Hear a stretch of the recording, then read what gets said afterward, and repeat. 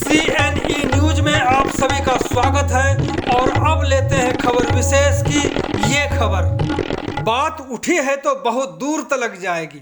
संपूर्ण रूप से यूटी चंडीगढ़ में विधानसभा के गठन को लेकर सारी संभावनाएं मौजूद हैं, तो राज्यसभा में शहर को प्रतिनिधित्व क्यों नहीं।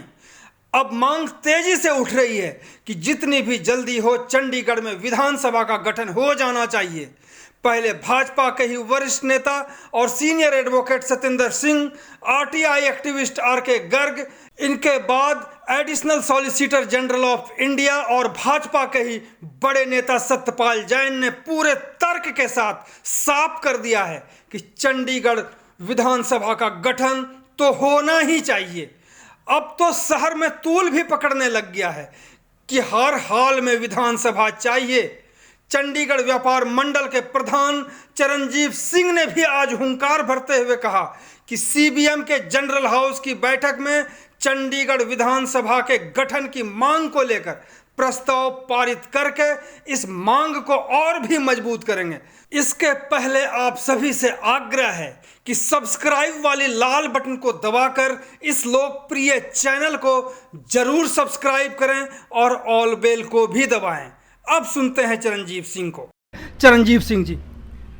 बिल्कुल, चंडीगढ़ में विधानसभा होनी चाहिए और चंडीगढ़ को अपने कामों करने के लिए अपने उनके चुने हुए जो रिप्रेजेंटेटिव हैं उन्हीं के पास पावर होनी चाहिए कि चंडीगढ़ को किस ओर ले जाना है, उनके काम कैसे करने हैं। अब प्रेजेंट तौर पे सारी पावर प्रशासक के पास है, जो बाहर से आते हैं, ऐसे ही जो ऑफिसर्स बाहर से आते हैं।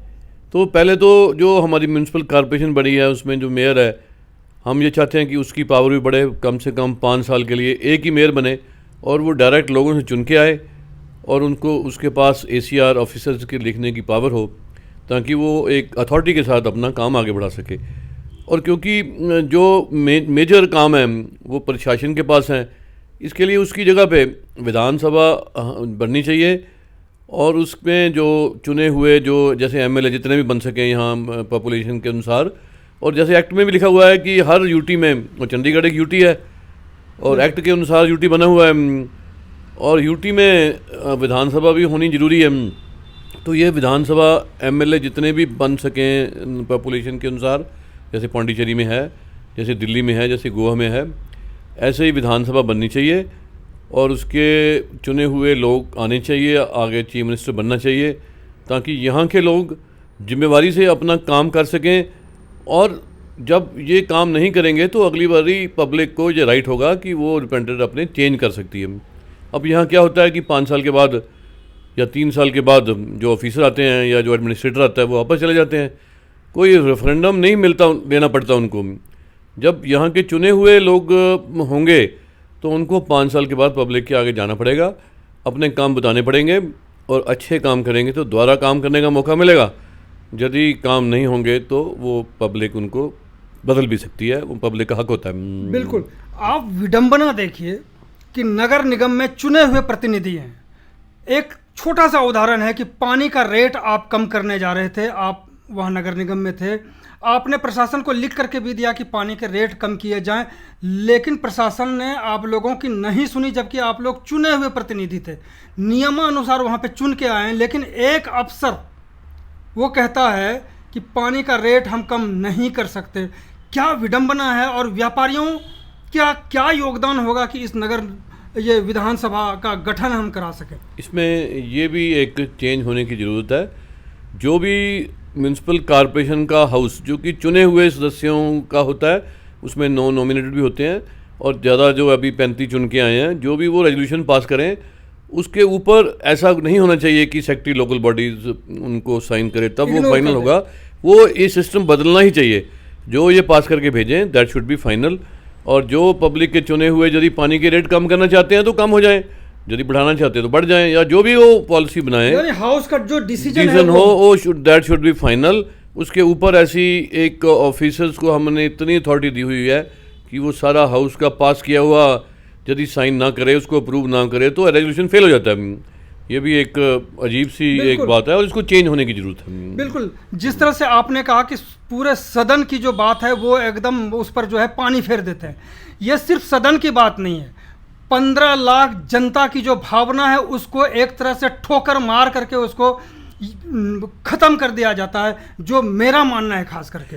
चंडीगढ़ में भी हमने ये देखा है कि पिछले 10 सालों से, 12 सालों से, 15 सालों से बड़े ही इंपॉर्टेंट मुद्दे हैं जो कि पेंडिंग पड़े हैं। जैसे लीज होल्ड को फ्री होल्ड करने का मुद्दा है, सेक्टर 39 में मार्केट शिफ्ट होनी है, ग्रेन मार्केट वो नहीं हो पा रही, हाउसिंग बोर्ड का मुद्दा है वो नहीं सॉल्व हो रहा, और अनअर्न प्रॉफिट इंडस्ट्रियल एरिया में ट्रांसफ़र प्रॉपर्टी नहीं ईजिली होती।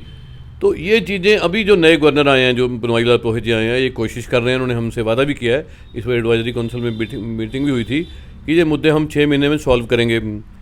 तो हमें कुछ उम्मीद तो लगी है कि ये मुद्दे, अभी जो पुराने मुद्दे पड़े हैं 10-10 जो पिछले 2 गवर्नर ने बिल्कुल इन मुद्दों को टच ही नहीं किया, जो कि बड़े शहर के लिए इंपॉर्टेंट मुद्दे थे, अब कुछ शायद सॉल्व होने की उम्मीद लगी है, पर फिर भी टाइम बताएगा 6 महीने बाद।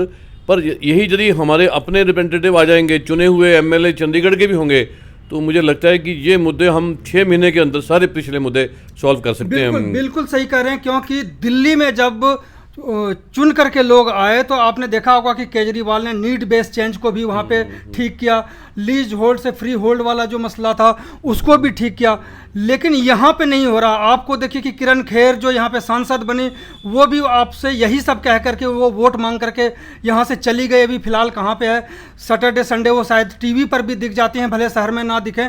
इसके बाद तो यहाँ पे अब ये तय हो गया कि विधानसभा का गठन होना ही चाहिए। बिल्कुल, जो हमारे मेंबर पार्लियामेंट भी है उनके पास भी एज सच कोई पावर नहीं है, वो भी एक रिकमेंडेशन ही करते हैं एडमिनिस्ट्रेटर को कि ये काम हो जाना चाहिए।